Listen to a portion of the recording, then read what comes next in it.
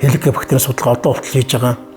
Ингээ хийгээд үтсэн чинь Монгол тохиолдож байгаа хеликобактерийн халдвар нь өөрөө барууны хэв шинжтэй биш, Азийн хэв шинжтэй биш байгаа юм.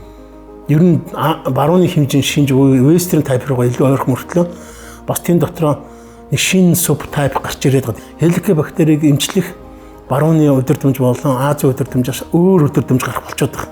Яг тэгвэл Монгол хүнд хеликобактер эмчлээд байдаг. Гэтэл сайн идэхгүй антибиотикийн төсвөр чанар үүсээд байна гэдэг чинь өөрөө омог төрөл нь өөр болоод байна гэсэн утга өгөл юм л да. Шинэ бас эмчилгээний аргуудыг гаргаж ирж байгаа, шинэ судалгаанууд гаргаж ирж байгаа.